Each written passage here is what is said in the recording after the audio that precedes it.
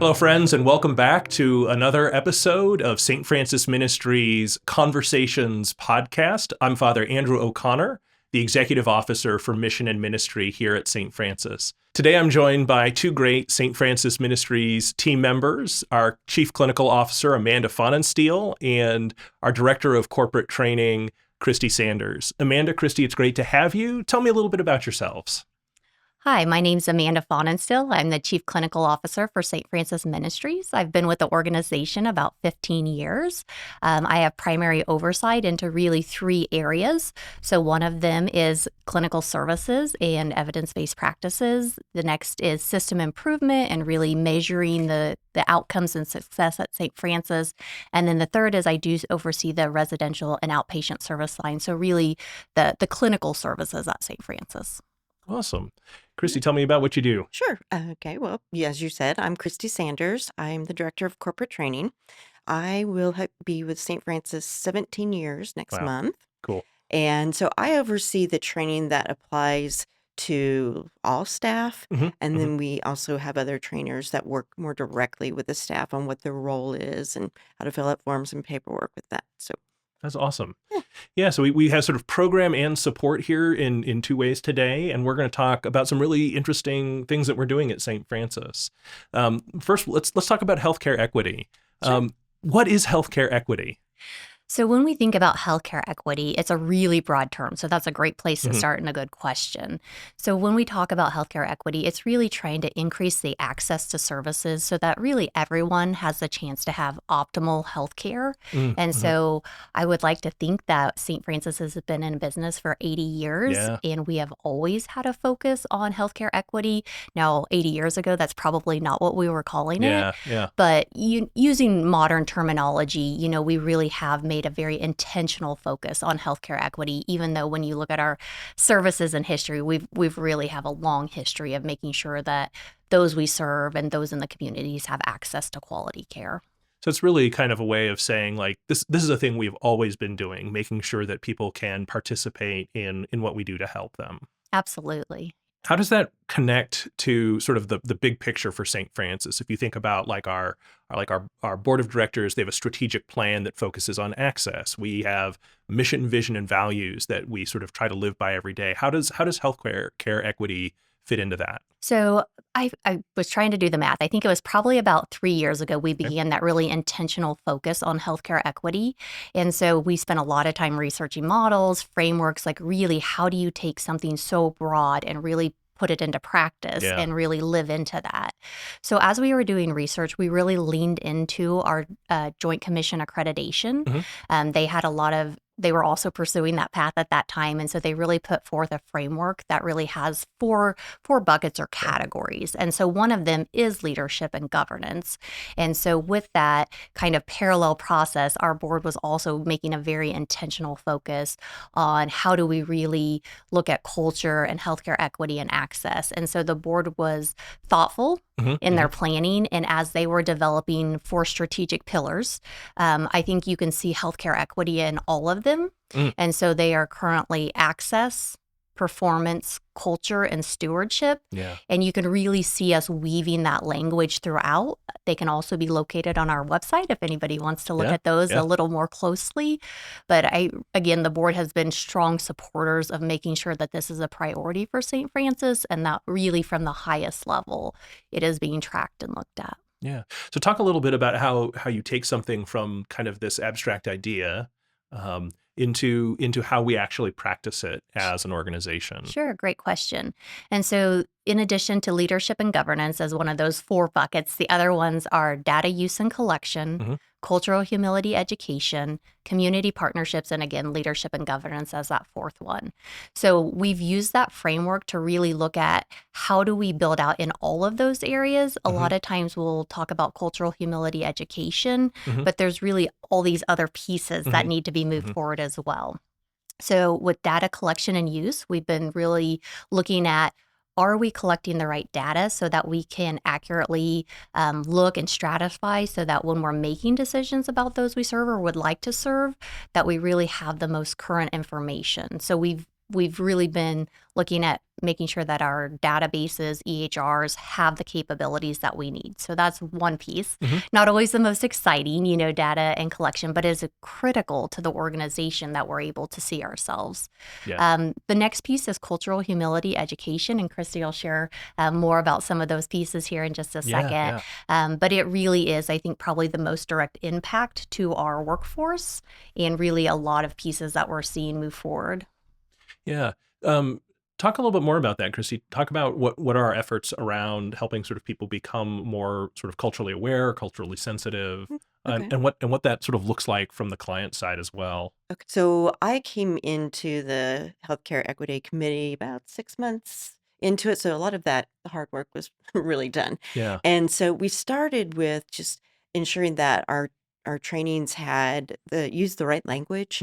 That, I mean, it's constantly evolving, and so we Yeah. wanted to make sure. So that was our first effort, and then we started started creating more trainings that were really specifically focused on this. I mean, a lot of times they kind of would touch around the area, but didn't necessarily address hmm healthcare hmm equity. And so we started building some of those out. And then this last year, our effort, we wanted to, uh, to motivate staff to embrace the terms that we use. And so hmm our learning management system has what's called a badge. It's a virtual reward that shows up on their transcript. Yeah. And Yeah. so a badge is basically a collection of individual courses. And in this case, I believe there's 23 courses in the healthcare equity badge, and they only have to complete 15, but Hmm. they can choose whatever 15 they want. Yeah. Yeah. They range from 30 minutes to several hours. And so it's just up to them to do that. And Yeah. Yeah. I mean, one of the things I really love about St. Francis is that we want to be a learning organization, right? We don't just sort of do a basic bit of training and then off you go.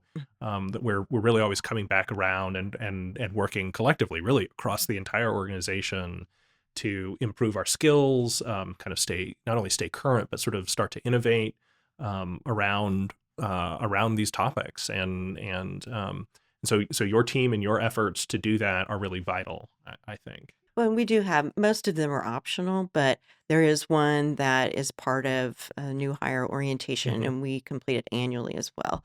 It's just a shorter version of one of them, but that to make sure it always stays in the forefront of our minds. And then we also have a 3-hour virtual training that we offer to not just our employees, to our state partners, just stakeholders in the community, families that we work with. hmm And so we offer that one several times a year, and they can participate in that for free. Yeah. So we're not just sort of hoarding the Right. the wisdom and the experience of that. We're really making it available Hmm. to lots of different Hmm. community partners. So why is that important? Why is that important for us as St. Francis? Just, well, as she had mentioned, is one of the prior and just the community partnerships. I mean, I've Absolutely. worked several of these places before, Yeah. and I still remain in contact with a lot of the people. So well, sometimes you have to partner, say, with your state, the state contractor hmm or hmm grantor. Yeah. And but then other times it's like, no, we want to share this Mhm. information. And so we'll share training content with them if they want to, take over. We have conducted some training specifically for their staff if they've Yeah. requested that. Yeah. We've also for the Veterans Administration, the hospital, Yeah. we've provided training for them. And so we just try to maintain those connections.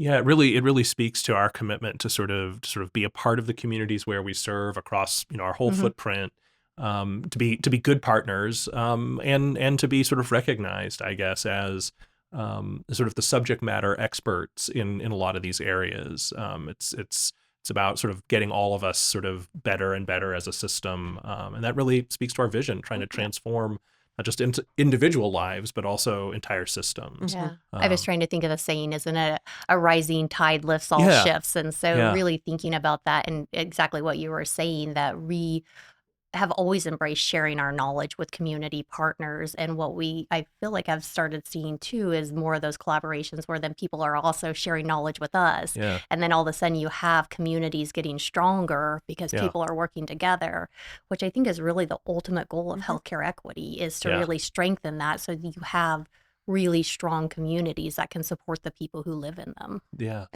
Um, Talk a little bit about the poverty paradigm simulation. I had the Sure. Yeah. opportunity to participate in one down in Lubbock, Texas last year as part of our sort of widening our Yeah.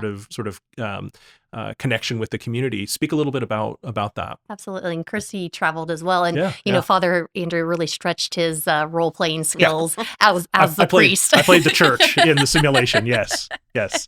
But it was a great learning event. And so while poverty paradigm simulations have been around, they're not a new way of interacting with the community. It was a newer initiative to St. Francis. And so really, again, trying to figure out ways we can get more deeply into our communities and have real conversations that impact those who work for us, those we serve, those who are in the communities. And so we started our first event in Lubbock, Texas. And we hosted a small event at a church there, Mhm. and we invited community members to get together. We actually had a facilitator come from McPherson. I want to say Oh yeah, Wichita, yeah, but it's the yeah. McPherson area, I believe. Hmm. Yeah, and really help with that. And so it was really bringing together people from various backgrounds to really see what it's like for some of our families who Mm. don't have the resources to meet their daily needs. And so you go through an hour. Each 15 minutes simulates a week in a month. Mhm, And mhm. so, really, you're going through a month in the life of somebody else's shoes who doesn't have financial resources. And what most participants end up having a little insight into is that we don't always make the choices we would have wanted to make. Mhm, But mhm. sometimes when there are not resources and you have to choose and make very hard decisions for your family, for your children, all of a sudden you may be put in a position of having to do something that maybe doesn't sit as well with you as when Yeah, you started the month. yeah, And people walk away with very different takeaways. yeah, We've had some people share some very powerful stories about their own experiences growing up in poverty and what yeah. this means and, you know, challenges they faced. We have community partners who did not have that background as a child or adult, and it's very eye-opening to them. They're Yeah, really very surprised about how the system doesn't work for you right, sometimes, right. often even works against you in some ways. Yeah, And so there's just this shared experience that I think is very powerful. And we really have been trying to then do a debrief at the end to really help empower community members to really think about how they want to continue those conversations. We're very excited. Lubbock has invited us back. And yeah, so we did a simulation a year ago, and we had lots of members from that community say, we'd really like you to come back and do this again for us. And so we will be going back on March 31st to host our second one. We've doubled our attendance. wow, Yeah, so fantastic. yeah, for Yeah, year two, we're very pleased with what should be unfolding here in a couple of weeks. And really the ultimate goal is to figure out how to help the community continue those conversations, continue bringing people together.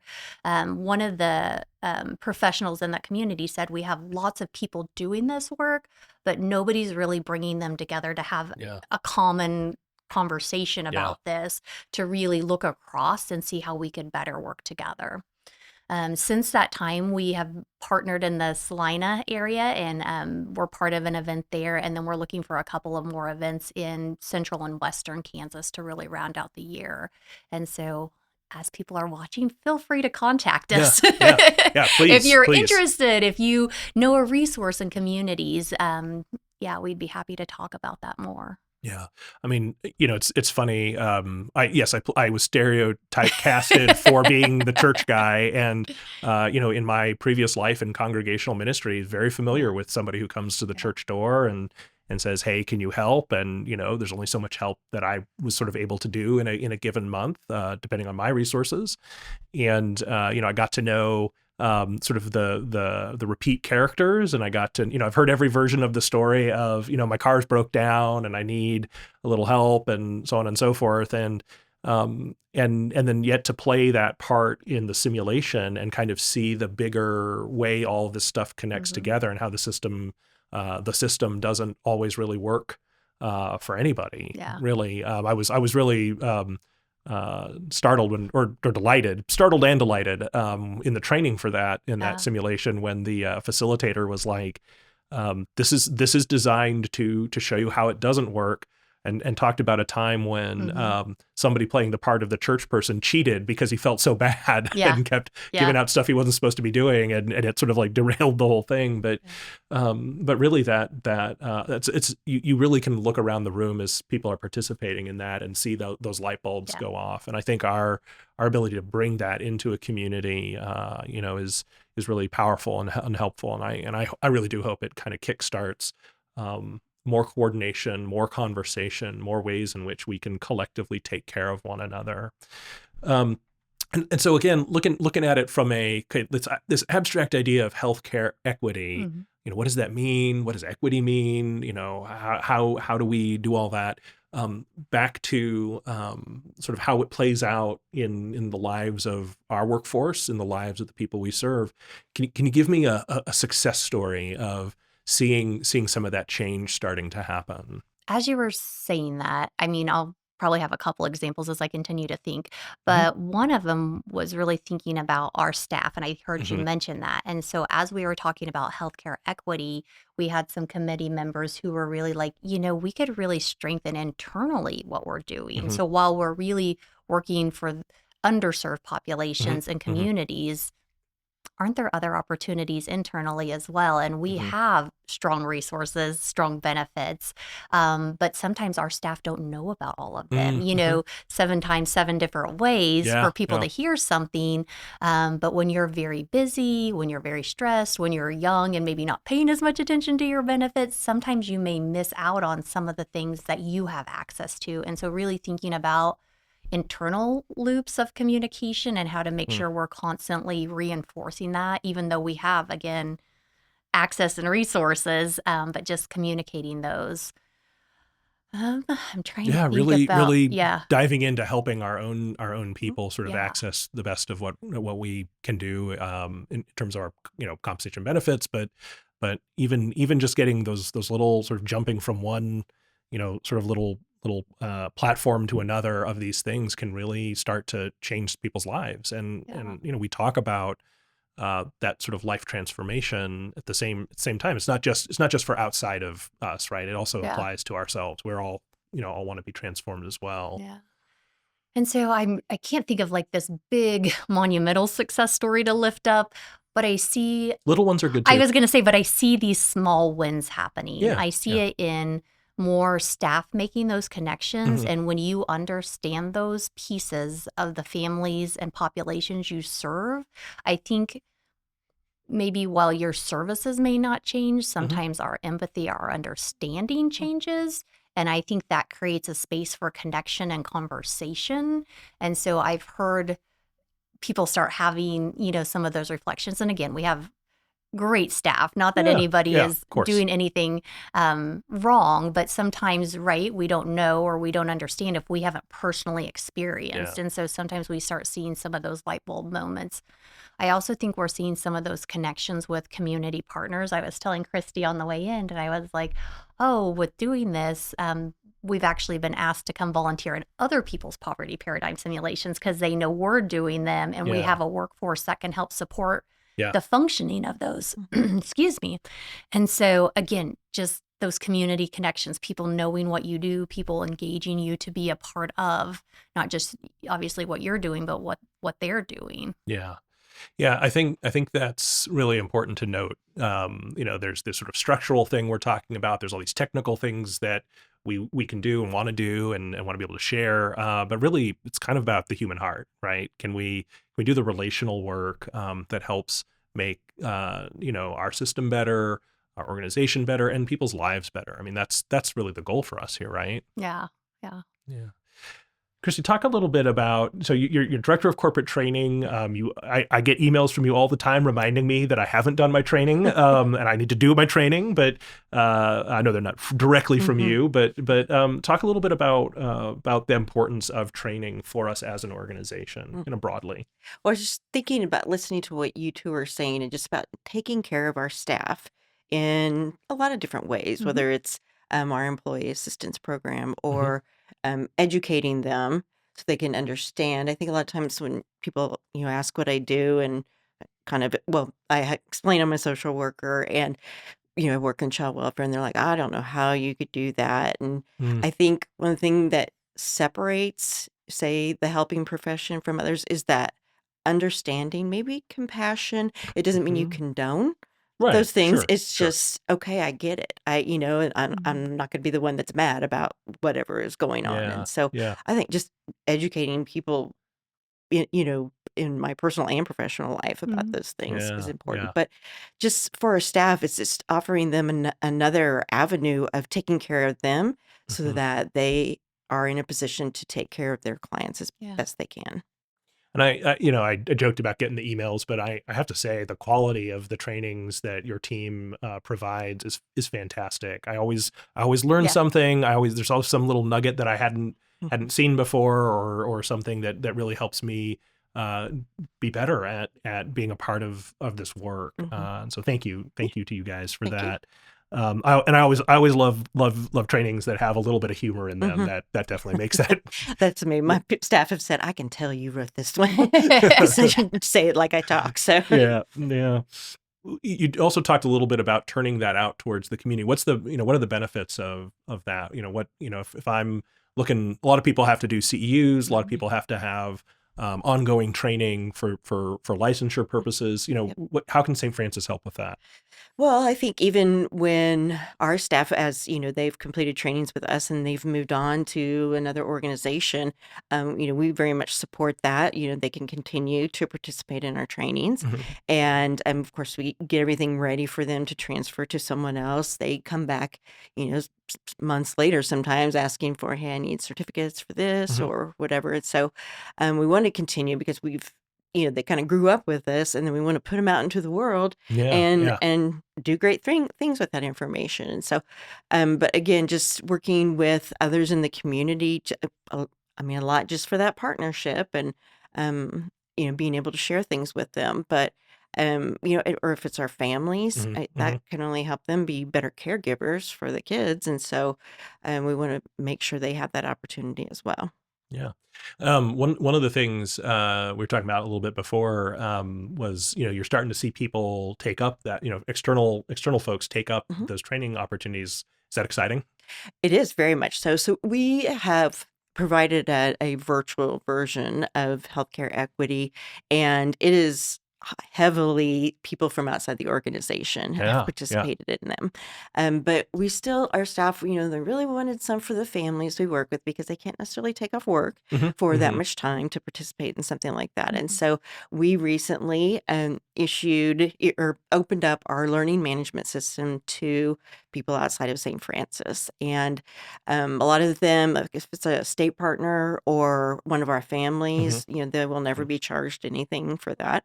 But then there are opportunities for others outside of that if they want to continue their learning, they can purchase. And, I think it's a pretty reasonable rate Yeah, Yeah. compared to some yeah, of the things. yeah. But we just want to see how that goes. And yeah, we have. I mean, I check maybe at least once a week to see if it's grown or just Mhm. how many people we've got in there. So I'm pretty excited about it. That's awesome. Absolutely. It's been Congratulations. years in the making. Yeah. Well, a couple years ago, I had to do for outside of St. Francis for a church event that I was traveling to. I had to do a specific kind of training, and there were all these options, and none of them worked for my calendar. And I said, Uh, I wonder if we have something at St. Francis. So I sort of dove into the yeah. catalog and found something that checked that box, and it was great to have it right there Mhm. as and something that helped helped improve my skill set. Mhm. And so, it's not just the sort of the required trainings we're talking about. We're Yeah. talking about a really large catalog of all kinds of really, Hmm. really great information. Hmm.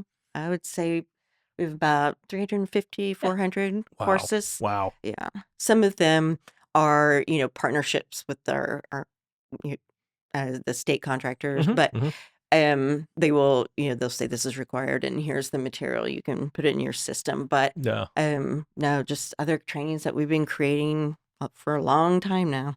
Yeah. And I was gonna Yeah. I Go I ahead. was just No, gonna go ahead. say, similar to what you were sharing earlier, a number of our staff have to get to have continuing Get education. to have. Yeah. Yeah. Um, and it is really such a benefit to have an internal training department who Mhm. works as hard as Christy and her team do. Yeah. That that's a cost, and so being able to go online, find quality trainings that help you in areas that you'd like to grow in is really been a huge benefit to the workforce over the years. Yeah. Yeah. I speaking Mm, as one of the people Yeah. who've yeah, accessed it, and we love it. absolutely. We love, I mean, Absolutely. because we learn as we go along the way and we do the research. And so we just want to share that with others.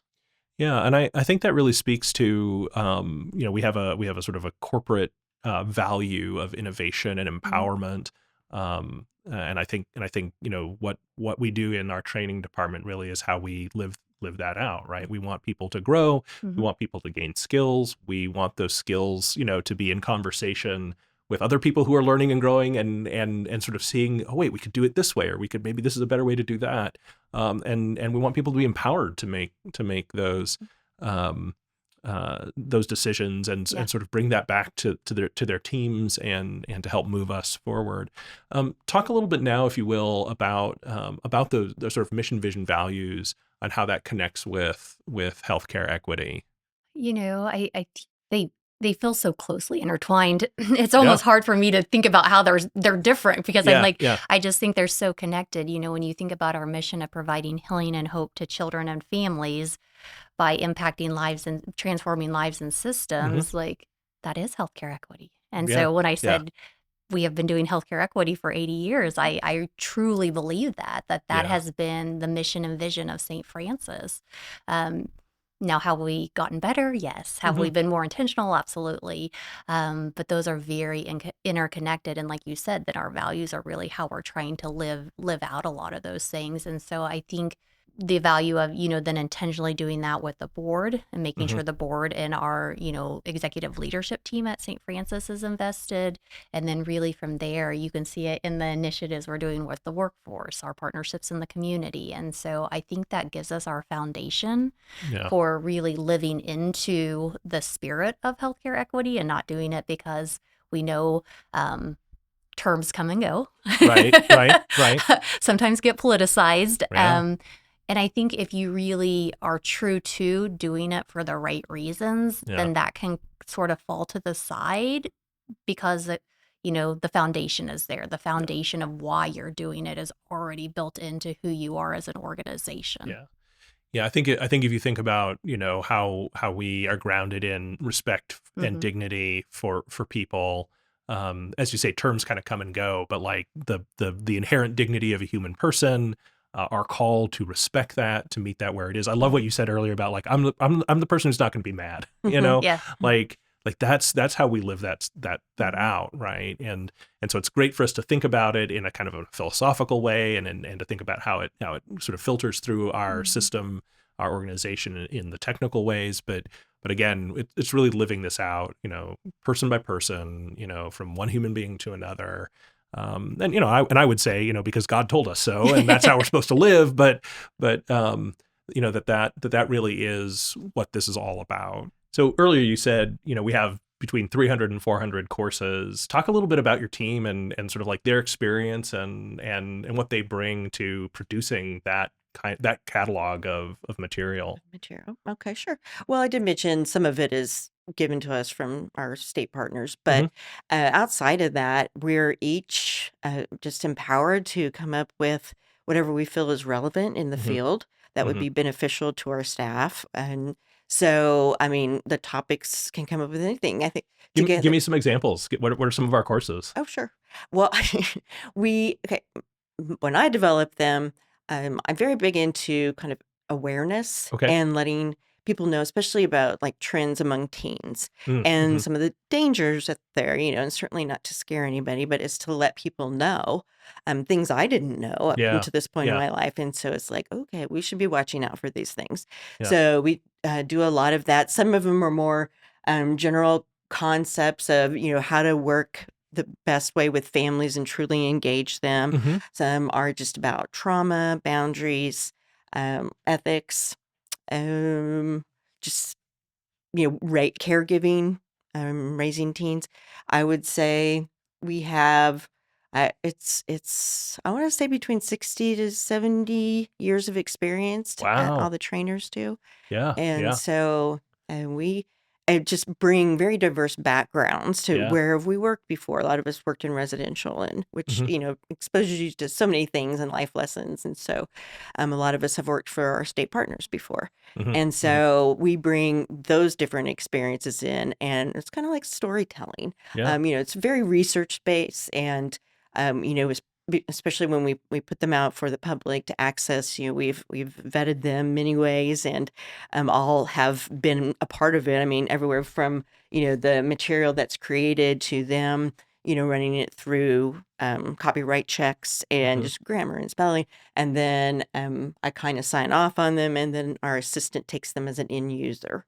And Mhm. so everybody's just trying to make sure these are the best courses that we can possibly make available. Yeah, so really just taking the best information and really making it accessible to folks, and then testing it and Mhm. retesting it, and um, so this level of experience both from the field and sort of in this training sort of modality, like it really produces some pretty remarkable courses. What's your favorite course you've ever put together? Do you have a favorite? Can you choose? You know how many courses you put together? Oh, personally, no. Yeah. We put Christy on the Uh, spot. She's like, let You're me not going to want to put this in. The power of editing. Oh, I know what it's going to be. Should we all write our answers down? I know what it's going to be. Oh, I know what Should you're I going to say say it? based on that. Yeah, go ahead. I think it's hoarding. Mhm. The- I That know was- this is how long yes. Christy and I have worked together. Yeah. I used to jump out of bed to She's start working on that fascinated. training. Oh wow. But I kind of like the darker topics. Yeah. When we started training, and we were trained on it, but about human trafficking, Mhm. Yeah. Yeah. I mean, you knew a little bit about it, but there was going to be a new law coming out, and how impactful that training was, and how we left, and then how we've kind of developed it over the years to keep it current, but then also breaking it down into different subjects in case somebody has a particular interest in that. I was just thinking as you were talking about, really rolling this out into the community.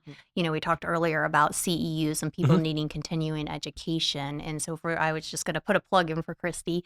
They have a number of behavioral health topics. And so for many licensed staff, you have to have diagnosing and ethics. And so those are things that are provided.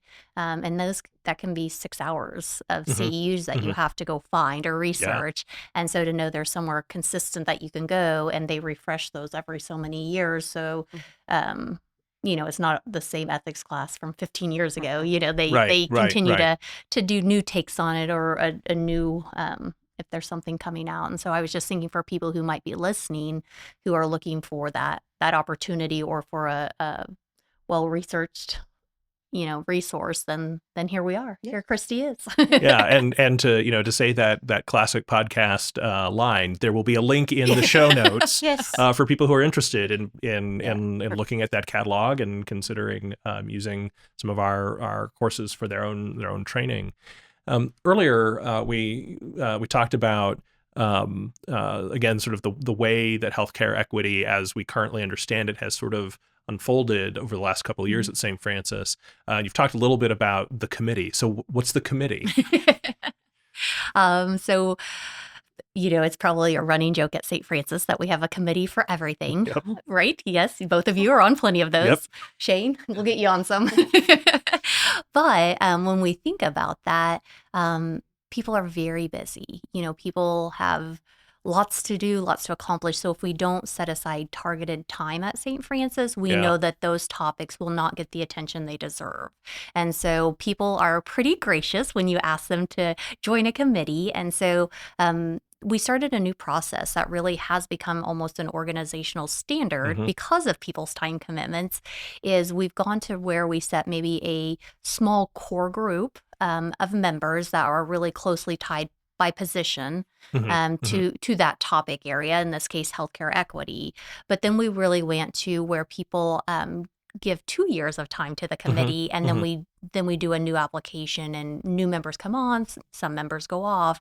That way, we're moving the topic throughout the organization maybe a little bit faster because Mhm. people go out and are sharing that information. Mhm. And then we just started with a new group. Chrissy was part of the new group that came in because I quickly was realizing, okay, if we're really going to do cultural humility, I need the corporate trainer to come help me Yeah, because yeah, she has a yeah, way to impact that in a way that I don't.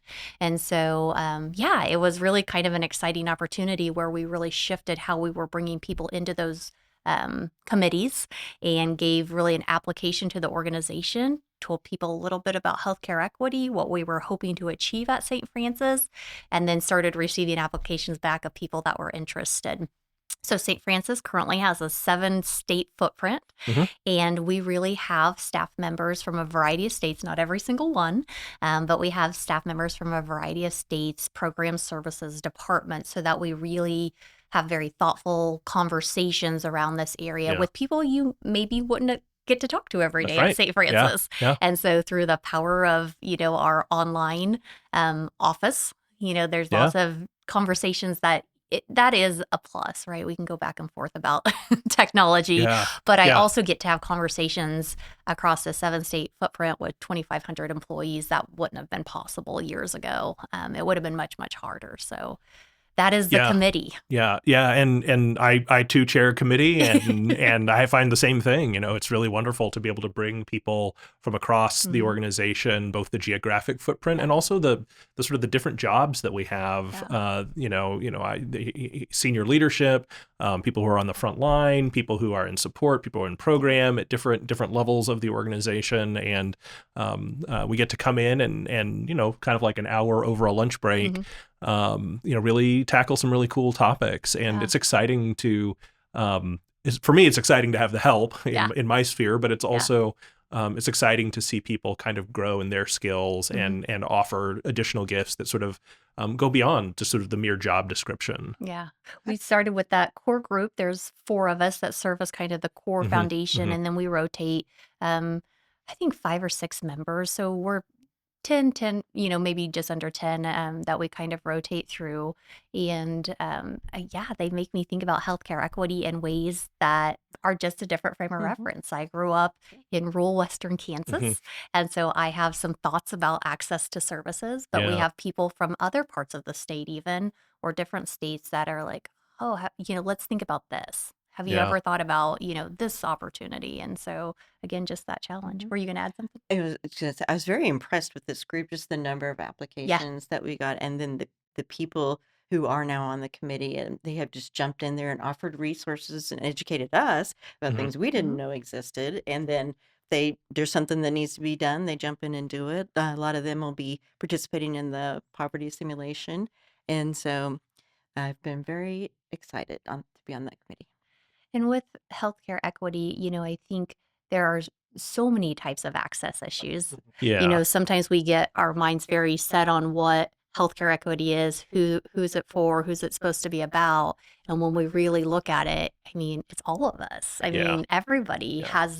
should have the right to have optimal care, access Yeah. to services. And so really, again, just making sure that we're keeping ourselves, just eyes wide open about Yeah. the potential out there and the ways in which we can impact somebody. Yeah, and I think you raise an interesting issue of that.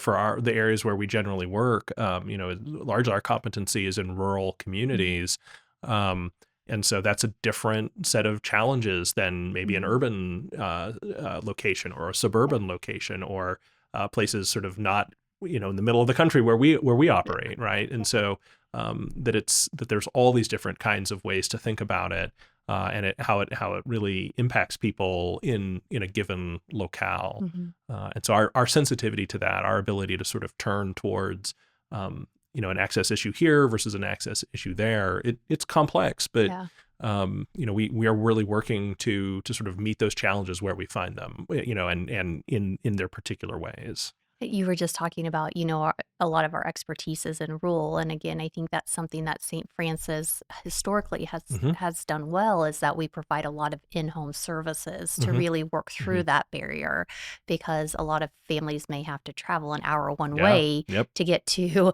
a community that has enough resources to support, like a doctor, hmm behavioral health, hmm any Yeah. of those. And so a lot of the services have really centered around going into the home to meet the family where they're at, and Yeah. really reduce barriers to access in that way. So yeah, there's so many things that we do that I think we just take for granted some of the things that we provide and in the way in which we provide them. Yeah, and I think it's as much about, well, how do we do our job as it is about how do we raise some awareness Hmm. for the people we work with and Yeah. the partners that we have in schools and in the medical community and in the judicial system, all of those things.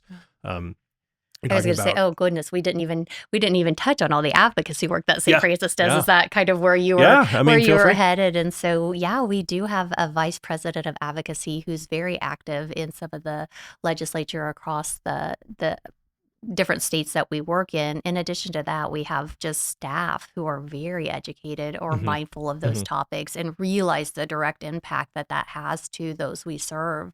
And so we have people who watch online. We Yeah. have people that go to the Capitol to listen.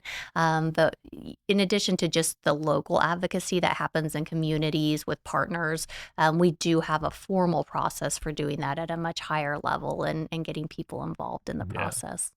Yeah, and it's really cool. So it's not just like, hey, we noticed there's a problem here. Let's figure out how we address the problem. We're also taking that to a wider Yeah.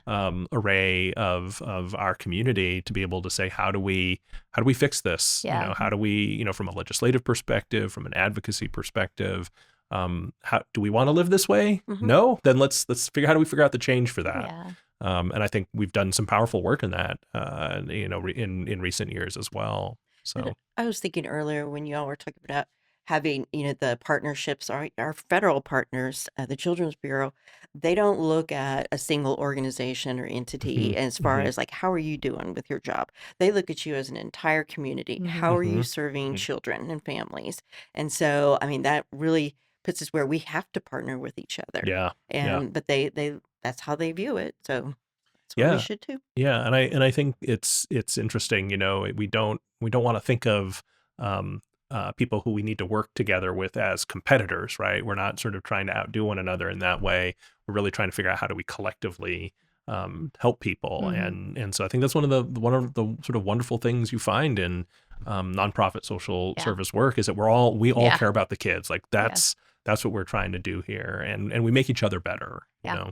Amanda, you mentioned a little bit ago about, we've been doing healthcare equity for 80 years. It's sort of the terminology changes over time, but it makes me think of Father Bob Mize when he started St. Francis and what he was really after. You speak to that for a minute. So when we reflect back on Father Bob Mize and you hear either stories that you've been told through your work at St. Francis Hmm. or reading his book, Father Bob and His Boys, Hmm. there's just these moments where you can kind of see glimpses back in Yeah, time yeah, about where we started. And his original home for boys was really giving access to youth who were really not wanted in any other yeah, system. It yeah. was really about creating a space, access, healthcare equity, if you will, Hmm. to really bring in youth that did not have access to services the way he believed they needed in order Yeah. to have a future.